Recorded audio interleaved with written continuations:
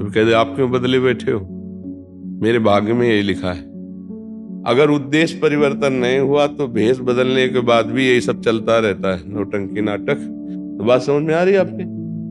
हाँ, आपको बाबा जीवन का प्रणाम करवाना हो तो कोई बात नहीं, फिर तो थोड़ा 10-20 रुपया बचा लिए तो किसी गरीब की बीमारी में लगा देते हैं, किसी पशु पक्षी की सेवा में लगा देते हैं। ऐसी जगह हम वो सेवा दे देते हैं जिससे हजारों को लाभ मिले। मन बड़ा चंचल है। अब आजकल स्मार्ट मोबाइल चल गया है। भजन करने के लिए जो हम एकांत भागते थे, अब एकांत में मोबाइल लेकर बैठे हैं। कभी त्याग अच्छा लगता है, कभी रुपया अच्छा लगता है। तो इसकी अच्छे लगने और त्याग की बातों पर विश्वास न करे। ये छोटी मोटी हस्ती नहीं है, मन बड़े बड़ों को नचा देता है। भावना उपाध्याय जी, फरीदाबाद से। राधे राधे। राधे राधे महाराज जी। महाराज जी, मैं एक वास्तु कंसल्टेंट हूँ, मतलब वास्तु शास्त्र का वो देते होंगे शायद। कभी कभी मन पैसा कमाने में लगता है तो कभी सब कुछ त्याग करके मन होता है कि प्रभु की सेवा में लगे। महाराज जी, इनको बैलेंस कैसे करूं? किसका है? नाम जप करो। त्याग कर कहाँ जाओगे? क्या त्यागना है? कपड़ा बदलना कोई त्याग कहलाता है, या स्थान बदलना त्याग कहलाता है? ये तो बाहरी बात है, इससे कोई भगवत प्राप्ति नहीं होती। तो कहते आप क्यों बदले बैठे हो, मेरे भाग्य में यही लिखा है। अलग अलग होता है ना। यस, तो हमारा भाग्य विरक्त मार्ग से बचपन से लिखा है, तो ऐसे चल रहे हैं। तभी हम वो अनुभव करके तुम्हें बता रहे हो, वही तो सुनने आए हो। भगवत प्राप्ति के लिए वेश परिवर्तन जरूरी नहीं है, स्थान परिवर्तन जरूरी नहीं है, उद्देश्य परिवर्तन जरूरी है। अगर उद्देश्य परिवर्तन नहीं हुआ तो भेष बदलने के बाद भी यही सब चलता रहता है, नौटंकी नाटक। रुपया पैसा, खान पान, भोग सामग्री, और वो संसार अच्छा लगने लगता है, फायदा कुछ नहीं हुआ। उद्देश्य परिवर्तन हो जाए तो राधा राधा नाम जप करो, और जिस विधान से बढ़िया परिवार का पोषण हो, धन कमाओ धर्म पूर्वक। अधिक लग रहा है कि 100-200 अधिक है तो अस्पताल में किसी के दे दो, गरीब की भी दवाई में लग जाए, भूखे को भोजन दे दो। नाम जप करो, जहां हो वहीं भगवान की प्राप्ति हो जाएगी। और हजारों लोग भगवान का भाव रखकर प्रणाम करते हैं। अगर सही माने में भजन नहीं तो नरक जाना पड़ेगा। प्रणाम खाली नहीं है, सबका हिसाब है। एक बार सर झुकाया किसी ने तो तुम्हारे पुण्य वो लेगा, कोई फ्री में तो दंडवत नहीं करता, ध्यान रखना। तुमको 100 रुपया चढ़ाया, उसका हिसाब भजन से जाएगा। वो तो नासवान पैसा दे रहा, तुम्हारा भजन कटेगा। इसलिए रात दिन भजनानंदी महात्मा जब भजन करते तब संसार का मंगल और स्वयं का कल्याण करते हैं।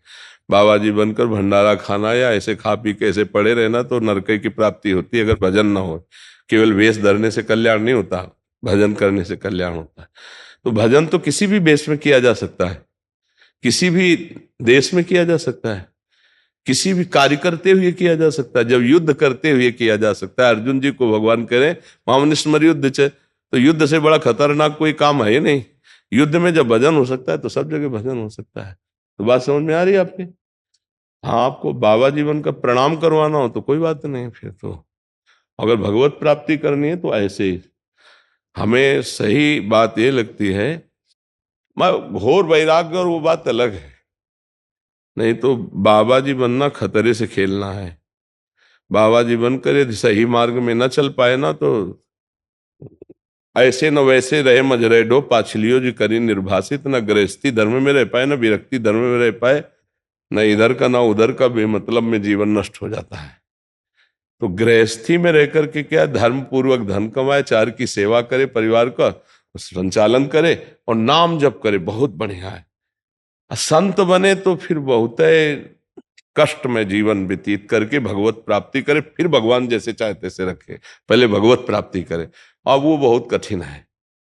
जब एक हिरन का बच्चा भरत जी को याद से कर सकता है तो ये करोड़ों अरबों रुपया भगवान की याद में कितना बड़ा विघ्न पहुंचा सकते हैं। ये भोग सामग्री, ये नाना प्रकार की वाहवाही, कितना बड़ा भगवान। तो हमें लगता है छुप कर भजन करके निकल जाए, बहुत बड़ी बात है। तो राधा राधा जपो, धर्म पूर्वक धन कमाओ, अपने परिवार का पोषण करो और घर में सादगी से रहो। 10 पैसा बचा करके दूसरे की सेवा में लगा दो। है ना। अब मान लो हमारा काम 100 रुपया से चल जाता है और हम थोड़ा 10-20 रुपया बचा लिए तो किसी गरीब की बीमारी में लगा देते हैं, किसी पशु पक्षी की सेवा में लगा देते हैं। ऐसी जगह हम वो सेवा दे देते हैं जिससे हजारों को लाभ मिले, ऐसा कर देते हैं। बहुत से ऐसे स्थान हैं जहाँ हजारों प्राणियों को लाभ मिल सकता है। जैसे हम गर्मी का समय धीरे धीरे पैसा एकत्रित करके ऐसी जगह पौशाला लगा दे, ठंडा पानी हजारों लोग पिए। तो धर्म के कार्यों में हम थोड़ा थोड़ा धन बचा करके एक गाय को एक महीने में अगर हम एक बार भोजन पवा देते हैं तो हमारा एक धर्म बन जाता है। अब एक गाय को भोजन पर हम क्या 100-150 रुपया, तो महीने में तो 100-150 निकाल सकते हैं। अब कोई बहुत बीमार है तो हम अपने 1-2 दिन के खर्चे कम करके उसको दवाई दिला देते हैं, तो भगवान उसके अंदर है, हमारा मंगल हो जाएगा। ये बातें गृहस्थी में बहुत आनंद पूर्वक भगवत प्राप्ति हो। अच्छा, इसलिए कह रहे हैं गृहस्थी में कि देखो मन बड़ा चंचल है। अब आजकल स्मार्ट मोबाइल चल गया है। भजन करने के लिए जो हम एकांत भागते थे, अब एकांत में मोबाइल लेकर बैठे हैं और मोबाइल में पूरी विश्व है, गंदी बातें भी हैं, अच्छी बातें भी हैं। तो अच्छी मन कम देखना चाहता है, एकांत में देखना। एकांत में बैठकर कोई सत्संग सुने बिरली बात है। नहीं, एकांत में जब ये तो है कि समाज में बैठ के घर परिवार में तो सत्संग सुनोगे, लेकिन जब कमरा बंद करके मोबाइल लोगे तब सत्संग कोई बिरले सुनेगा, फिर कुसंग ही देखने का मन होता है। और जब कुसंग देखोगे तो फिर कोई भी वो नष्ट हो जाओगे। जो देखते हैं, जो सुनते हैं, जो बोलते हैं, वही क्रिया बनती है। इसलिए हमें लगता है सावधानी पूर्वक गृहस्थ धर्म में चले, खूब भजन करे। बाबा जी बनने की ना सोचे, कलिकाल है, कोई बिरला ऐसा। बाबा जी बनने का मतलब है अपने को मरा हुआ समझ के चले। और कठिन है मन को मारना, इंद्रियों को मारना, बुद्धि। देखो बातें बनाना अलग है यार, मन को मारना बहुत कठिन है। देखा है मन को मारते हुए कभी अपने? जब मन कहता है ये चाहिए और फिर कह दो नहीं, फिर देखो कैसे तुम्हें जलाता, तुम उसको मार के दिखाओ। अब बड़े बड़ों को घुटने टिकवा देता है मन, वो चीज है। अब इसी को मारना है सो महात्मा। तो गृहस्थी में ये है कि थोड़ा छूट है। आज ये पाएंगे तो बनाओ, ठाकुर जी को भोग लगाओ। मन खराब हुआ तो तुम गृहस्थी में हो, तुम्हारे कोई पाप नहीं लगेगा। विरक्ति में बहुत होश में चलने का। तो इसलिए हमारी सलाह है, नाम जप करो। और मन की दशा तो बदलती रहती है। इसको कभी वैराग्य अच्छा लगता है, कभी विवाह अच्छा लगता है, कभी त्याग अच्छा लगता है, कभी रुपया अच्छा लगता है।